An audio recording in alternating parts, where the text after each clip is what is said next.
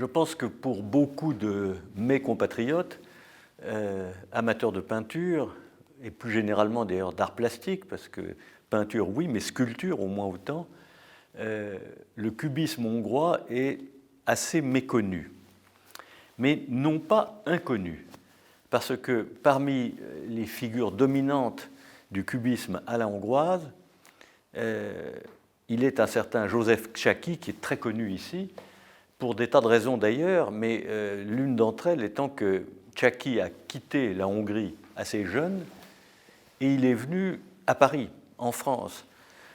À l'époque, c'est-à-dire aux alentours de la Première Guerre mondiale, un peu avant, pendant et après, il n'y a pas de doute, Paris est la capitale européenne de l'innovation en matière picturale. Ce qui fait que des quantités de gens venus de tous les coins d'Europe et même de plus loin encore, venus d'Amérique, et pour certains venus de très loin, venus d'Asie, Paris est un voyage nécessaire et indispensable. En ce qui concerne les Hongrois, j'oserais presque dire que c'est une tradition. Paris a tenu un rôle majeur dans la vie artistique au cours du XIXe et du XXe siècle, et de ce fait a attiré ici même un certain nombre de créateurs venus de partout, et notamment de Hongrie. Et de toute façon, les Magyars, vous le savez mieux que moi, ce sont des gens qui voyagent. Les circonstances historiques ont amené les Hongrois à essaimer dans le monde entier, et pas seulement en France, mais aussi notamment aux États-Unis et dans bien d'autres pays encore. Donc Joseph Csáky, qui d'ailleurs a francisé son prénom et prononcé à la française son patronyme, qui pour nous est un peu compliqué en langue magyare, Csáky, Csáky est très connu ici parce que d'abord, il a vécu en France une très grande partie de sa vie, mais en plus, il est devenu français. Il est arrivé ici, il a fréquenté un certain nombre de peintres, et notamment de peintres cubistes, les fondateurs du cubisme, Metzinger, Albert Glaise, Juan Gris, les Russes aussi, et tous ces gens-là habitaient à Paris. Et il est devenu français doublement, puisque d'une part, il a combattu dans l'armée française pendant la Première Guerre mondiale, alors que son pays était antagoniste, était opposé à la France à l'époque. L'Autriche-Hongrie était évidemment du côté de l'Allemagne contre les puissances de l'Occident. Et puis par ailleurs, devenu véritablement français, cet homme a combattu pendant la Deuxième Guerre mondiale contre le nazisme dans les rangs de la résistance française. C'est dire que pour nous, Csáky, c'est un compatriote. Il est à la fois complètement hongrois, mais il est aussi complètement français. Et par ailleurs, son œuvre a été remarquée et respectée considérablement et très vite ici.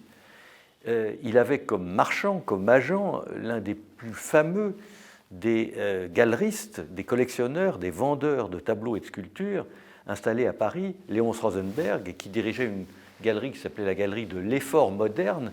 Et les choses sont claires, l'effort moderne, c'était ce vers quoi il tendait. Et puis, je ne sais pas grand-chose de la personnalité de Csáky, mais il nous est, à nous, Français, extrêmement sympathique. D'abord parce que les étrangers qui viennent en France, et c'est une tradition ancienne, je pense que c'est notre fonction, notre rôle, et j'oserais même dire notre devoir, que de bien les accueillir. C'est une des vocations de ce pays, ce vieux pays européen qu'est la France, que d'être ouvert aux étrangers. J'ai toujours pensé que ceux qui, notamment dans le domaine politique, s'opposent à cette tradition, qui est pourtant vieille comme la France, tradition d'accueil, ceux qui s'y opposent ne se rendent pas compte qu'ils sont complètement à contre-courant de l'histoire du pays dans lequel nous nous trouvons aujourd'hui. La France, c'est comme les États-Unis, c'est un pays d'émigrants, d'immigrants plutôt, d'immigrants, de gens qui viennent d'ailleurs, qui deviennent français, dont leurs enfants deviennent français, et qui enrichissent, fécondent au fond ce qu'est l'essence même de ce pays-là. Csáky appartient à cette tradition-là. Il a été accepté très facilement ici en France. Et il est devenu un peintre, et je crois d'abord un sculpteur, ce que vous mettez bien en évidence d'ailleurs dans l'exposition. Il est devenu un sculpteur tout à fait éminent du cubisme européen, dirais-je, pas seulement français, européen. Et dans cette exposition, vous avez pris le parti, qui est assez judicieux, de montrer non seulement le chef de file, au fond, du cubisme à la hongroise, mais aussi un certain nombre d'autres sculpteurs et peintres qui nous sont beaucoup moins familiers, même s'ils ont tous séjourné à un moment ou à un autre à Paris. Il y a une photo assez amusante où on les voit tous réunis. On voit des jeunes gens, des jeunes hommes, habillés comme on l'était dans ces années-là, de manière assez formelle d'ailleurs, avec des cravates, des cols durs, etc., et qui sont des artistes installés à Paris. Donc tout ça pour nous, c'est une découverte.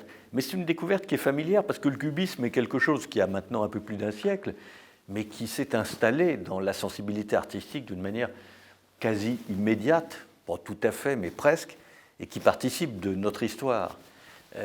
Guillaume Apollinaire, le grand poète, qui était d'origine polonaise, lui, et non pas hongroise, Apollinaire a écrit un livre fondamental sur les peintres cubistes qui a ancré vraiment cette tradition, cette école-là, cette façon de regarder d'une manière définitive.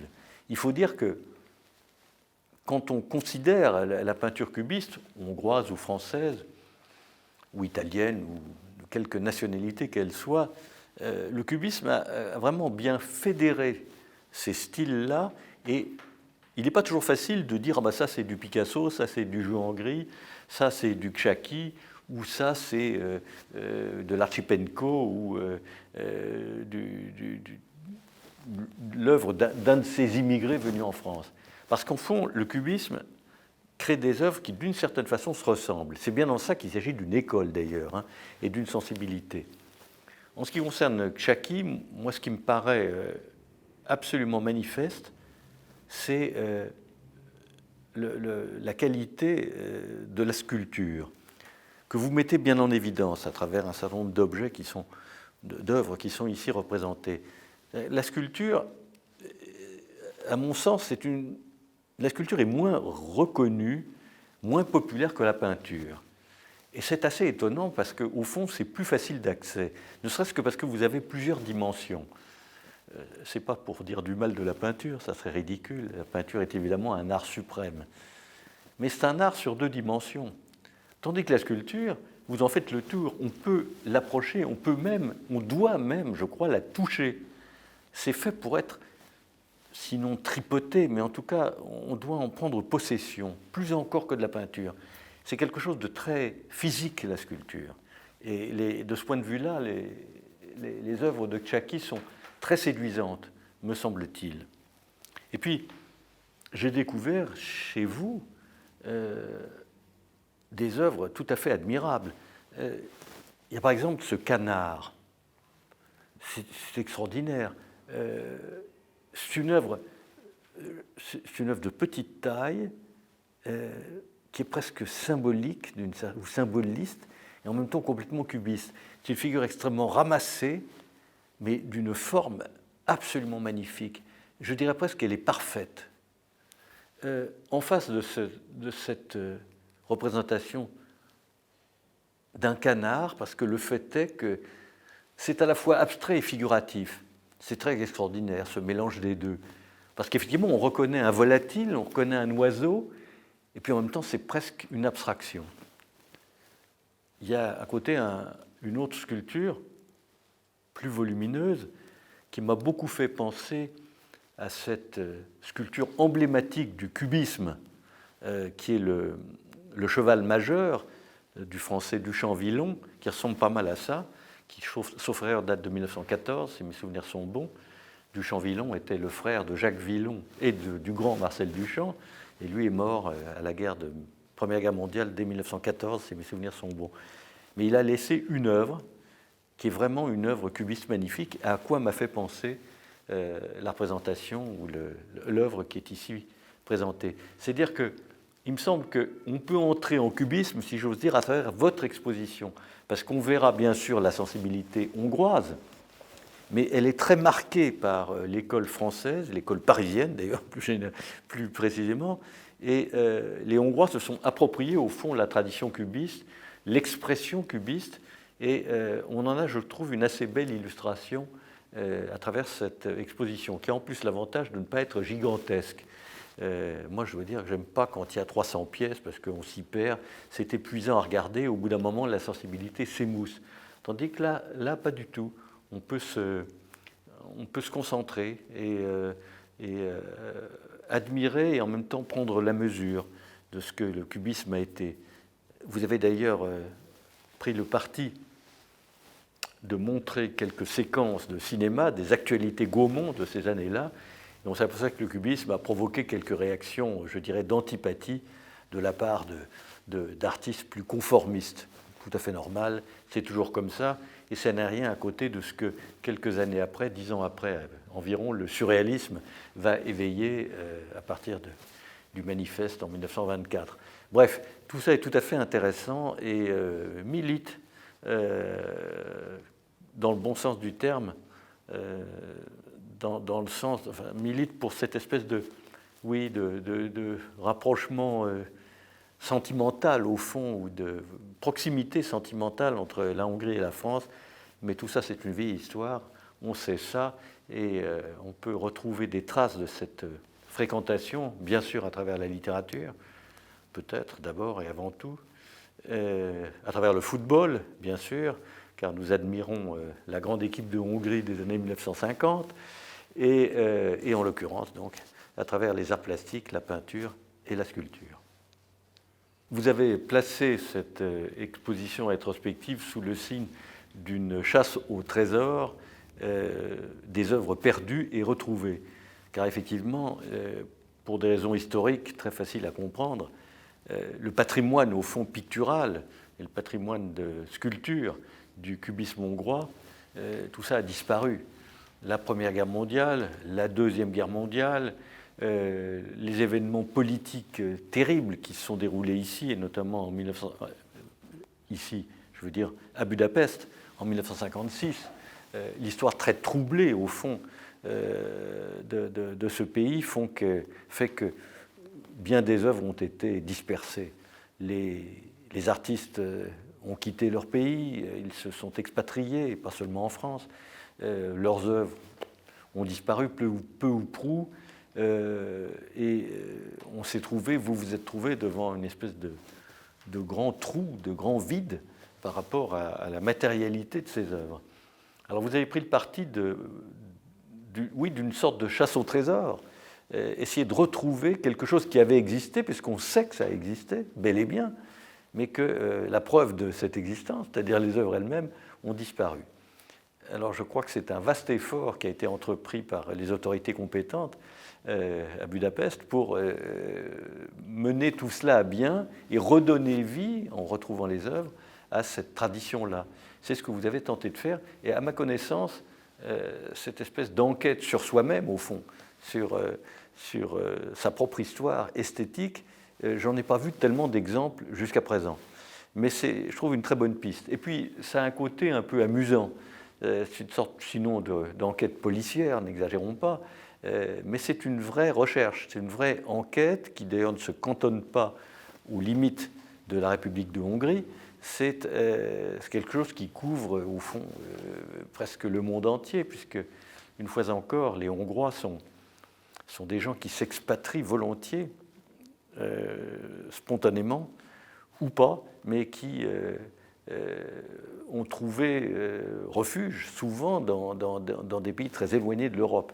Mais après tout, il y a des Hongrois en Australie, il y en a au Canada, il y en a aux États-Unis. D'ailleurs, l'école hongroise de cinéma, et notamment les directeurs de la photographie, c'est une des disciplines les plus artistiques du cinéma, eh bien, beaucoup d'entre eux, installés à Hollywood, sont des Hongrois émigrés, sans compter les réalisateurs, les metteurs en scène, dont certains des plus illustres sont à l'origine des citoyens de Hongrie émigrés en Californie. Bref, tout ça, c'est une tradition. Je pense que ça continue et que ça continuera. Ça participe de ce que vous êtes, vous, les Magyars. Et c'est tout à fait intéressant et même assez amusant de retrouver tout ça. D'ailleurs, dans les œuvres qui sont ici exposées, j'ai eu quand même un choc en voyant une gravure sur laquelle figure un nom propre. Et c'est une gravure qui, je crois, date de 1911 ou 1912. Et que vois-je? un nom propre, donc calligraphié en quelque sorte, et ce nom propre, c'est Modiano. Modiano, votre voisin Modiano, écrivain français, lauréat du prix Nobel de littérature, ce qui n'est pas rien, il habite au premier bloc à gauche en sortant. Ici, on doit être, je ne sais pas, au 82 ou au 84. Bon. Patrick Modiano habite au 88. Bon. Eh bien, il y a un peu plus d'un siècle, un artiste hongrois a écrit son nom, si je puis dire, de manière calligraphique sur une œuvre qui est ici représentée. C'est quand même extraordinaire. Et vous me direz, mais il n'y a pas de hasard. Ben, peut-être pas.